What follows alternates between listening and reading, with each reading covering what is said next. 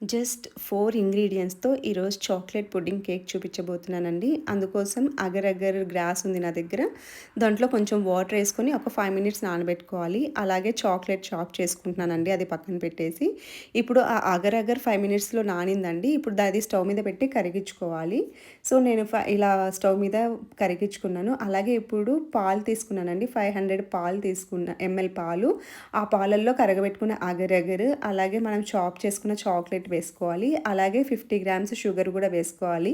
ఇంతేనండి ఇంగ్రీడియెంట్స్, ఇంకేమీ అవసరం లేదు. సో, ఇలా మనము కంటిన్యూస్‌గా స్టిర్ చేస్తూ ఉండాలి. బాగా బాయిల్ అయిపోయి బబుల్స్ వచ్చేటప్పుడు మనము ఆఫ్ చేస్తే సరిపోతుందండి.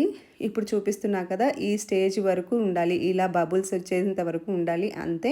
ఇలా వచ్చిన తర్వాత మనకు కావాల్సిన కంటైనర్‌లోకి షిఫ్ట్ చేసుకోవచ్చు. నేనైతే ఇలా ఒక బౌల్‌లోకి, అలాగే మిగిలిపోయినది ఒక అదే పేపర్ గ్లాస్‌లోకి కూడా వేశాననమాట. అలా 3 అవర్స్ చల్లగైనాక ఫ్రిడ్జ్‌లో పెట్టుకోవాలండి. అలా వేడి మీద పెట్టకూడదు.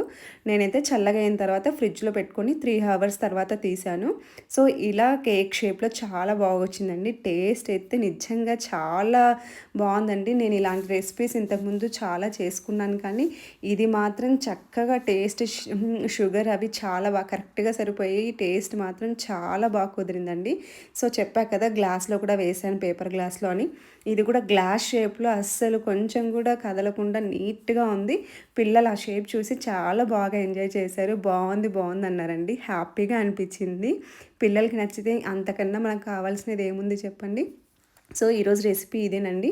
నచ్చితే లైక్ చేసి, షేర్ చేసి, సబ్స్క్రైబ్ చేసుకోండి. Thank you.